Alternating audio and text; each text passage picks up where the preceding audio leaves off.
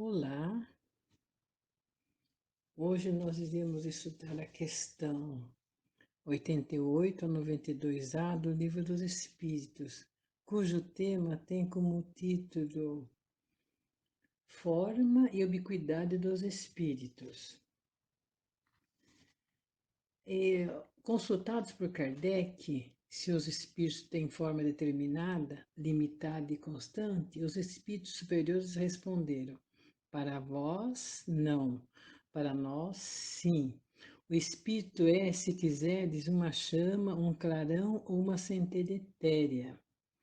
Em seguida, complementando o assunto, esclareceram que essa chama ou centelha tem uma coloração que vai aos olhos humanos, do colorido escuro e opaco a uma cor brilhante, qual a do rubi, conforme o espírito seja mais ou menos puro. Vê-se pelas explicações mencionadas que os espíritos procuraram estabelecer uma comparação, embora pálida, do que existe no plano espiritual, quanto à forma e à cor dos espíritos, com as limitações do nosso mundo físico e dos nossos sentidos. Fica claro, à vista dos ensinos espíritas, que os espíritos têm forma e cor, mas só por alto se pode compará-las com a forma e a cor que estamos, como seres encarnados, acostumados a observar. Gabriel Delane, ele explica: a ciência ensina-nos que os nossos sentidos apenas nos fazem conhecer ínfima parte da natureza, porém que, além e aquém dos limites impostos às nossas sensações, existem vibrações sutis em número infinito que constituem modos de existência de que não podemos formar ideia, por falta de palavras para exprimi-lo. Segundo Delane, a alma assiste desse modo espetáculos que não temos meios de descrever. Ouve harmonias que nenhum ouvido humano tem apreciado e se move em completa oposição às condições de viabilidade terrestre. O espírito libertado das cadeias do corpo, assevera ele, não tem mais necessidade de alimentar-se, não se arrasta mais pelo solo. A matéria imponderável de que é formado permite-lhe transportar-se para os mais longínquos lugares com rapidez do relâmpago. E segundo o grau do seu adiantamento moral, suas ocupações espirituais afastam-se mais ou menos das preocupações que nutria na Terra. Isso são os espíritos com uma condição evolutiva mais avançada. Não é o caso de espíritos que não têm conhecimento sobre as leis naturais. Questionado sobre os espíritos, tem o dom da ubiquidade, ou seja, se um espírito pode dividir-se ou estar em muitos pontos ao mesmo tempo, os mortais disseram: não pode haver divisão de um mesmo espírito. Cada um é um centro que irradia para diversos lados. Isso é que faz parecer estar um espírito em muitos lugares ao mesmo tempo. Vê o caso do Sol. É um somente. No entanto, irradia em todos os sentidos e leva muito longe os seus raios. Também tivemos o caso do Santo Antônio de Pádua, que o pai dele foi condenado por um crime que foi cometido, e na hora que estava sendo levado ao suplício, apareceu Santo Antônio de Pádua e provou a inocência do pai e libertou o pai dessa prisão. E após esse acontecimento, encontraram realmente o verdadeiro criminoso que foi levado ao suplício. E ele estava na Espanha a trabalho.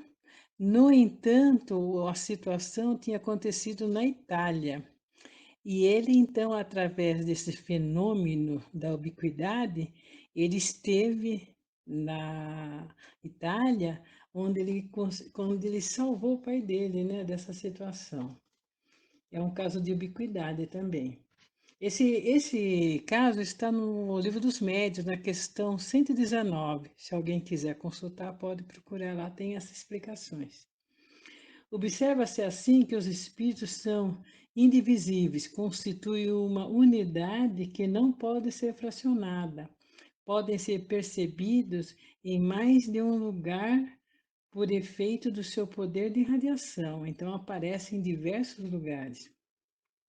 Poder esse que pode ser maior ou menor dependendo do grau de pureza de cada um. Esse fato nos permite compreender um fenômeno muitas vezes verificado em que se registra a presença de espíritos superiores em diversos lugares ao mesmo tempo. A gente vê muito assim comum das pessoas fazerem evangelho, marca horário, por exemplo, às 9 horas nós vamos fazer evangelho que o Dr. Bezerra de Mesa vai estar presente, né, para tratamento, a gente costuma muito ouvir isso. Então, não é bem que está presente, é a irradiação. Então, o espírito irradia, né, e aí aparece em diversos lugares. Não é propriamente o espírito, é a irradiação deles, mas que faz trabalhos, realiza tarefas, assim como se estivesse no lugar. O fenômeno da ubiquidade guarda, de certa forma, aliás, o fenômeno da ubiquidade, em tais casos, né, se é autêntico, pode ser comprovar que a pessoa se encontrava em dois lugares ao mesmo tempo. Só que um lugar estava o corpo material e no outro lugar o espírito revestido pelo seu corpo perispiritual. O fenômeno da ubiquidade, como já dissemos, o espírito não se divide para estar em dois lugares diferentes. É o caso que nós estamos comentando agora. Ele se irradia para diversos lados, né? E pode, assim, manifestar-se em muitos pontos sem se haver fracionado, né? Ocorre aí que se dá com a luz, por exemplo, né? Que pode refletir para todos os lados e ser vista simultaneamente em muitos espelhos, né? Isso aí ocorre, né? A gente vê muito isso daí. A força com que os espíritos irradiam depende do seu grau de pureza, isso é, de seu adiantamento evolutivo. Quanto mais evoluído o espírito, portanto, mais longe e para mais pessoas ele poderá irradiar sua presença. Do mesmo modo, quanto mais evoluído, mais poderá se diversificar o relacionamento que tem com cada um. E para concluir o nosso estudo sobre a ubiquidade do espírito, nada melhor do que nós lembrarmos da promessa do nosso mestre quando disse que onde quer que houvesse dois ou mais reunidos em seu nome, lá ele estaria.